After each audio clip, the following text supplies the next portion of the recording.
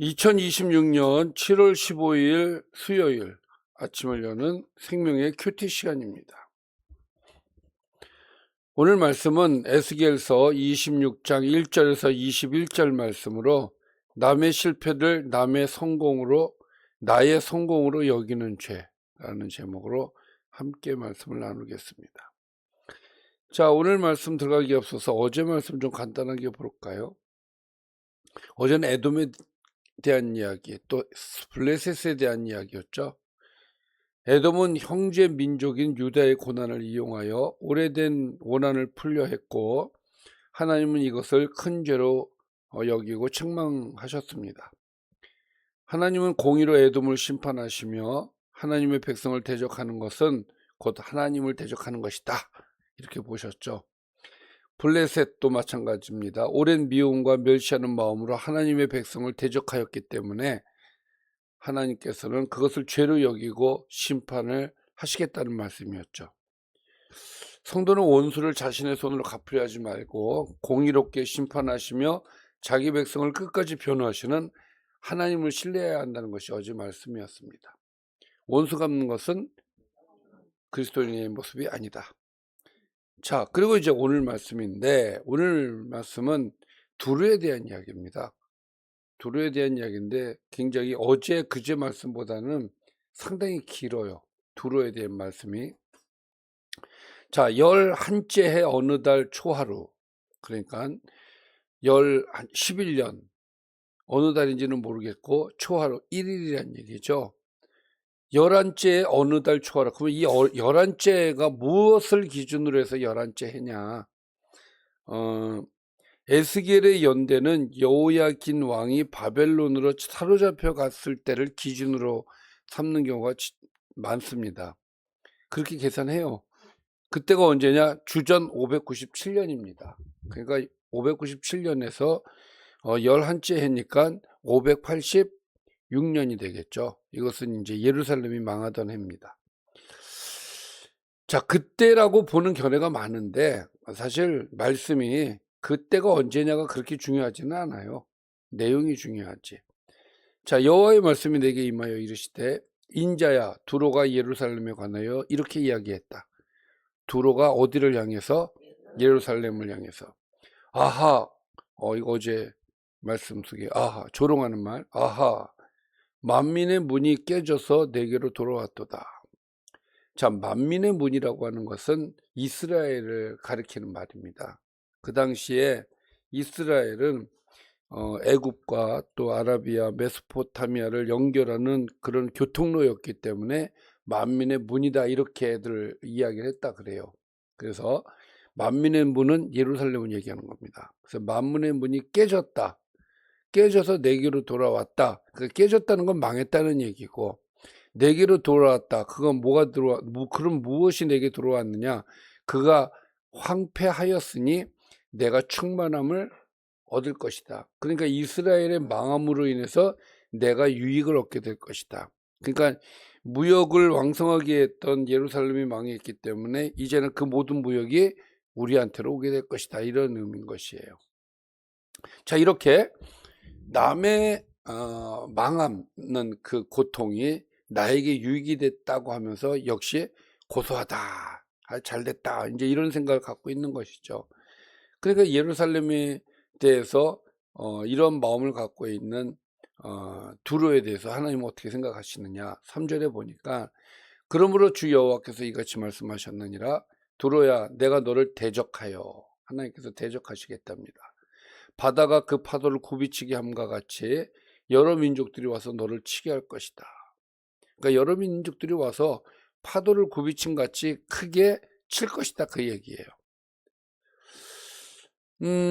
실제적으로 여러 나라들이 두로를 쳐들어왔어요. 바벨론, 페르시아, 헬라, 로마까지 공격을 합니다. 자, 그들이 두로의 성벽을 무너뜨릴 것이고 그 망대를 헐 것이고, 또 나도 티끌을 그 위에 쓸어버려 맨 바위가 되게 할 것이다. 자, 티끌을 그 위에서 쓸어버린다는 것은 그만큼 이제 티끌이라고 하는 건 먼지를 얘기하는 거잖아요. 먼지가 많이 내게끔 만드신다는 얘기고, 맨바위가 되게 하신다라는 말은 무슨 말을 의미하냐면 아무것도 없게 하신다. 그러니까 황폐하게 하신다 이 말씀입니다. 또 바다 가운데 금을 치는 곳이 되게 하리니, 바다 가운데라는 표현을 쓰는 것은 이제 이 두로가 그, 그 무역 해상 도시였기 때문에 섬과 해안에 걸쳐 있는 항구 도시였어요. 그래서 바다 가운데 금을 치는 곳이 되게 하겠다라고 하는 것은 두로의 몰락을 얘기하는 거예요. 과거에는 수많은 상선이 드나들던 항구였지만 이제는 어부들이 그물을 널어 말리는 평범한 바위가 될 것이다라는 이야기가 되는 것이죠. 자, 내가 말하였습니다. 주 여호와의 말씀이니라. 이 말씀, 내가 말하였다 주 여호와의 말씀이다. 이 말을 하는 이유가 뭐라 그랬죠? 내가 하는 말이니까 반드시 이루어진다 그 얘기라고 그랬어요. 자, 그래서 그가 이방의 노략거리가 될 것이고 들에 있는 그의 딸들은 칼에 죽을 것이다. 들에 있는 그의 딸들이라고 하는 것은 이제 위성도시를 얘기하는 거예요. 그러니까 위성도시들까지 망할 것이다. 그래서 그들이 나를 여호와인 줄 알게 될 것이다. 자, 그들이 나를 여호와인 줄 알게 될 것이다라는 말은 이제 어제 그제 말씀에서도 계속 반복되어진 말씀인데, 이들이 하나님의 심판을 받는 이유가 크게는 두 가지라 그랬죠. 하나는 하나님의 백성을 조롱했기 때문이고, 또 하나는 내가 여호와라고 하는 것을 알리기 위해서이다. 내가 살아있는 존재다라는 것을 알리기 위해서였다. 그 목적이 있었는데 그 목적이 두루도 마찬가지다 그 얘기가 되겠죠. 자, 그래서 하나님의 존재를 알리기 위해서 그들을 심판하신다. 근데 이 심판하실 때 어떻게 심판을 하시느냐? 7절에 보니까 주 여호와께서 이같이 말씀하셨느니라. 내가 왕들 중에 왕 곧 바벨론의 느부갓네살 왕으로 하여금 북쪽에서 말과 병거와 기병과 군대와 백성의 큰 무리를 거느리고 와서 두루를 치게 할 때에, 그러니까 바벨론을 사용하신다는 것이죠. 자, 바벨론의 느부갓네살이 쳐들어옵니다. 근데 어떻게 쳐들어오는 그 군대의 사이즈가 굉장히 커요. 말과 병과 기병과 군대와 백성의 큰 무리를 거느리고 오겠다. 그 큰 군대가 오겠다는 거죠. 뿐만 아니라 8절에 보니까 그가 들에 있는 너의 딸들을 칼로 죽일 것이고 너를 치려고 사다리를 세울 것이고 토성을 쌓으며 방패를 갖출 것이다. 그러니까 가장 뭡니까? 9절까지 볼게요. 공성태를 가지고 내 성을 치며 도끼로 망대를 찍을 것이다. 그러니까 여러 가지 무기를 가지고서 두로를 칠 것이다. 그런 얘기예요. 자, 오늘 말씀은 21절까지 말씀 좀 길어요. 그래서 제가 지금 좀 짤막짤막하게 가는 겁니다. 자, 10절 말이 많음으로, 여러분들 이 말이 많다는 얘기는 입에 요 말이 많다는 게 아니라 타고 다니는 말이 많다는 얘기예요. 타고 다니는 말이 많기 때문에 그 티끌이 너를 가릴 것이며 것이며가 하나가 또 들어갔네요. 좀 하나는 없는 걸로 이해를 하십시오. 자, 티끌이 너를 가린다는 얘기는 말들이 너무너무 많아가지고 말들이 지나가면 먼지가 일어나잖아요. 그 먼지 때문에 잘 안 보일 정도로. 그러니까 이 얘기는 말이 이렇게 많다는 얘기를 하는 거예요. 말이 얼마큼 많으냐에 따라서 전쟁의 승패가 가려지죠. 이 당시는 무기하면은 말, 병거 이런 거였기 때문에. 또 사람이 무너진 성 구멍으로 들어가는 것 같이 그가 너의 성문으로 들어갈 때에 그 기병과 수레와 병거의 소리로 말미암아 너의 성곽이 진동하게 될 것이다. 수많은 기병들이 몰려오면서 성문이 뚫리고 그리고 적군이 밀려 들어오게 될 것이다. 그 얘기예요. 그러니까 기병, 수레, 병거 이런 걸로 봐서는 첨단 그 무기들을 가지고 쳐들어온다. 그런 얘기가 되겠고 그것이 매우 많다라는 얘기죠. 그러니까 그만큼 바벨론이 굉장히 큰 나라, 큰 군대다 이 얘기예요. 또 그가 그 말굽으로, 자, 그거는 느부갓네살을 계속해서 얘기하는 겁니다. 너의 모든 거리를 밟을 것이고 칼로 너의 백성을 죽일 것이고 너의 견고한 석상을 땅에 엎드릴 것이다. 자, 너의 모든 거리를 밟는다는 얘기는 많다는 얘기고 칼로 죽이고 또 견고한 석상은 우상을 엎드려뜨릴 것이다 라는 얘기가 되겠죠. 자, 12절입니다. 그리고 그들이 너의 재물을 빼앗을 것이며 내가 무역한 것을 노력할 것이고 너 성을 헐 것이고 네가 기뻐하는 집을 무너뜨릴 것이며 또 내 돌들과 내 제목과 내 흙을 다 물 가운데서 던질 것이다. 물 가운데 던질 것이다. 이 얘기는 뭐냐면은 무역 도시로 두로는 굉장히 부유한 도시였단 말이에요. 그러니까 부유해지면은 재물이 많아지겠죠. 큰 성을 짓겠죠. 또 집은 좋은 집을 짓겠죠. 나는 이런 집에서 살아. 그러니까 그렇게 성과 집을 짓는 데에 돌들, 제목들이 들어가고 흙이 들어가겠죠. 이런 것들을 완전히 무너뜨려서 바다에다 집어 던질 것이다 이거예요. 그러니까 그들이 자랑했던 거, 예를 들어 집이 아주 너무 잘 지은 집, 난 이런 집에서 살아, 이런 어떤 자랑거리, 성, 아주 강한 성이야, 이런 걸 자랑거리로 삼고 나 재물이 많아, 이런 강한 자신들이 자랑하고 있던 모든 것들에 대해서 하나님께서 이렇게 치시면은 이런 것들이 아무 의미가 없다, 그 얘기가 되는 거예요. 그래서 내가 너의 노래소리를 그치게 한다. 자, 부유하고 경제적으로 강하고 좋아지고 또 강한 나라가 되고 이러면은 스스로 노래하고 뭐 이런 여유가 생기게 되겠죠. 근데 그런 것들이 다 그치게 될 것이고 너의 수금소리도 다시는 들리지 않게 될 것이다. 그러고 보면은 지금까지 우리가 그 다른 나라들에 비해서 두로는 굉장히 세죠. 예, 굉장히 세요. 너를 맨바위가 되게 해줘. 또 나왔어요. 맨바위가 된다는 건 완전 초토화를 시키겠다는 거예요. 아주.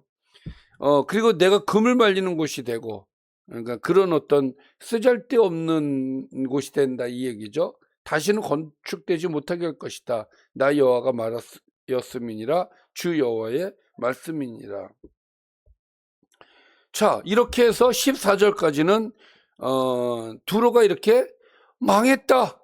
엄청나게 크게 망했다. 그 얘기예요. 그래서 이 망한 결과가 어떻게 되어지느냐가 이제 15절부터인데 15절에 보니까 주 여호와께서 이같이 두로에 대하여 말씀하시되 네가 엎드러지는 소리에 모든 섬이 진동하지 아니하겠느냐. 자, 두로가 무너지니까 모든 섬들, 그러니까 주변에 있는 왕들, 뭐 그 사람들이 그것을 보고 깜짝 놀란다 이거죠. 아니, 그거 아니네. 15절. 잠깐만요.